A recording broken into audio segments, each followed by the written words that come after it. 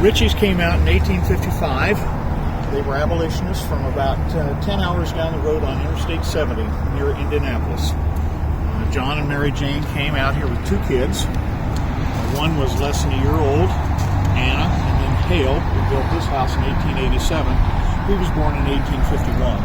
The Ritchies had 3 or 4 things that they were very involved in. One was real estate. They knew once that the Kansas-Nebraska Act was passed, which was in 1854, you could go to the federal government and pay for about $2.19 an acre, 160 acres. So you would buy it for $2 an acre and sell it basically for $7. The 9 men that came to Topeka in 1854, December of 54, were abolitionists from the New England Immigrant Society. They came down here to First in Kansas and founded it in a cabin that burned about 2 days after it was where they got together and founded it. Cyrus Holliday, who was a founder of the Santa Fe Railroad, was one of the founders. Charles Robinson, who was from Lawrence, first governor of Kansas. As a matter of fact, he was impeached. Really? He was not kicked out of office, but he was impeached because they went and they were told to go sell these bonds for a certain amount of money. I mean, basically $1 for the bonds, and they could only get 48 cents. And many people in the legislature thought that they were cheating. They didn't, but that was what was going on. And they actually ousted the state treasurer and a couple other people, but they did not do Mr. Robinson. 3 or 4 things that the Ritchies were involved in. Real estate was one. They were quarrying rock. The rock that you see on this building was quarried in this area. They also owned some of the quarries, I believe, out of Lake Shawnee, but that was later. This brick came from the brickyards, which was General Gage Park. You know where Gage Park is. That was named for General Gage, and he was a brick person. The Ritchies had 13 kids. Only 2 survived to adulthood. Wow. John Jr. and Hale. Ritchies were abolitionists. They also believed that the black men obviously have equal rights, which was important. They also thought that women should have the right to vote.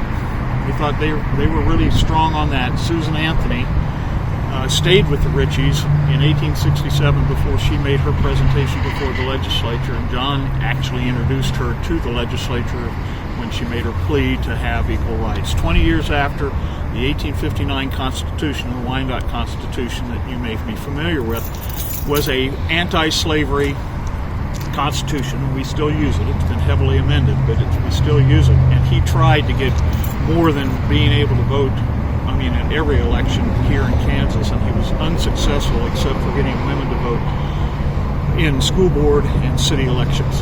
And the first woman mayor in the whole country occurred here in Kansas 20 years later, down in a city or town of Argonia. So they were forthright on that, and they also were very strong for drinking. They were against drinking alcohol. So if you were in 1855 and you thought women should vote and the black man should have equal rights and you were against drinking, they were not very well liked. If you're out here by yourself and Indians or pro-slavery people came by, yelling help's not going to help you much. There's a story in 1857 where Mary Jane was all by herself here. 46 guys, and I assume they were all white, came and wanted the black man that she was coveting or harboring in the house. She gave the black man a gun. She took a gun and she went out to the leader of the 46 men and said, "If you come any closer, I'll blow your head off." And they believed her. It's the old John Wayne Big Jake movie, I believe it's called, where he said, "I might not get all of you, you will be dead." It's very much. John Ritchie had the same. Tenth Jackson, Mr. Ritchie, donated the land at 10th and Jackson, and that was the start of Washburn Rural High School, because you weren't college educated or ready for college prep. You weren't even high school prep. So in 1860, the Congregational Church, First Congregational Church, and the Ritchies provided the opportunity to have a high school, and that was first Washburn Rural. It's called Washburn Academy. And Washburn College, which was called Lincoln College at that time, was at 10th and Jackson. The dormitory over here, about a block and a half away, was built as a men's dormitory to support the school over there. And it's still in existence. The Ritchies gave land for that, and then about 5 years later, in the process, the Ritchies spent $3,000. I think there was a loan involved, but I'm not real sure about that. It bought 160 acres out there in Washburn for Lincoln College. Mr. Washburn came to town, Ichabod, and promised to pledge $25,000. 2 months later, he died. Mr. Farley, the president of the university right now, says, we never, ever got the money. The thing about Washburn University that you should be proud of, they've accepted women and blacks since day one. There's not a whole lot to see in here. We got a hold of the property, spent a ton of money renovating it. We do about 3,000 students a year and visitors to see this place.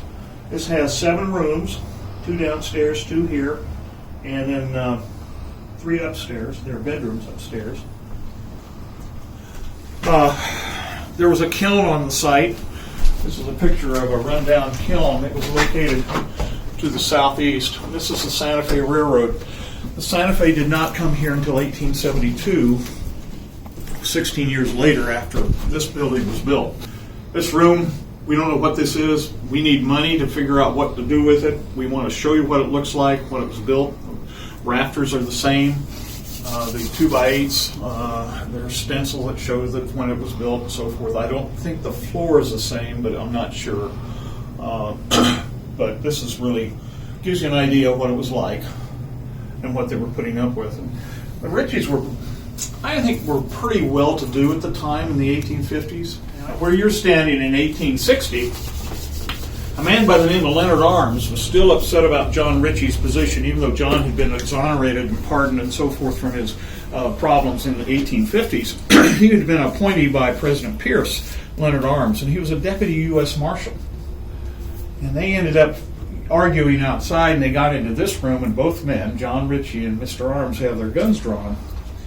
And Arms says basically, I guess I won't arrest you. And heads towards the door, and then he says, no, I'm going to change my mind. And he did. When he turned back, Mr. Ritchie shot and killed him, and he died in this room.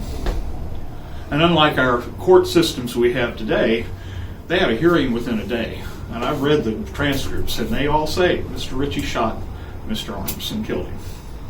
But it was in self-defense. And they also discovered that Leonard Arms had no writ, had no judge's order, had no reason to be hassling John Ritchie about this, and had no reason to be in his house. So Ritchie got off.